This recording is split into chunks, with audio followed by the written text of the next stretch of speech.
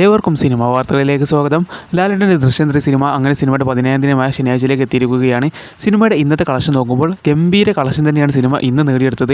സിനിമയുടെ ഇന്നത്തെ presale collection നോക്കുമ്പോൾ ഇന്ന് സിനിമയ്ക്ക് പ്രീസെയിൽ കളക്ഷനായി വന്നിരിക്കുന്നത് 1,20,00,000 രൂപയോളമാണ്.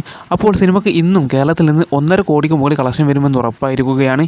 സിനിമയുടെ ഇന്നലെ വരെയുള്ള കളക്ഷൻ നോക്കുമ്പോൾ നമ്മൾ ഇന്നലെ പറഞ്ഞതുപോലെ സിനിമ 1.5 കോടി രൂപയോളമാണ് ഇന്നലെ നേടിയെടുത്തത്.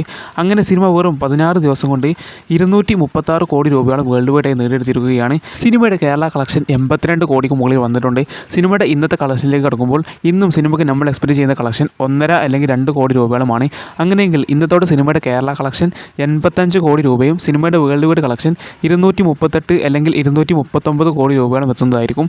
ഇന്ന് ശനിയാഴ്ച ആയതുകൊണ്ട് തന്നെ സിനിമയ്ക്ക് ഇന്ന് മികച്ച കളക്ഷൻ നേടിയെടുക്കുന്നതായിരിക്കും. വെറും 20 കോടി ബഡ്ജറ്റിലെത്തിയ ഈ സിനിമ 200 കോടിക്ക് മുകളിൽ കളക്ഷൻ നേടിയെടുത്തിരിക്കുകയാണ്. സിനിമ വൈകാതെ തന്നെ 250 കോടി കളക്ഷനിലെത്തുന്നതായിരിക്കും.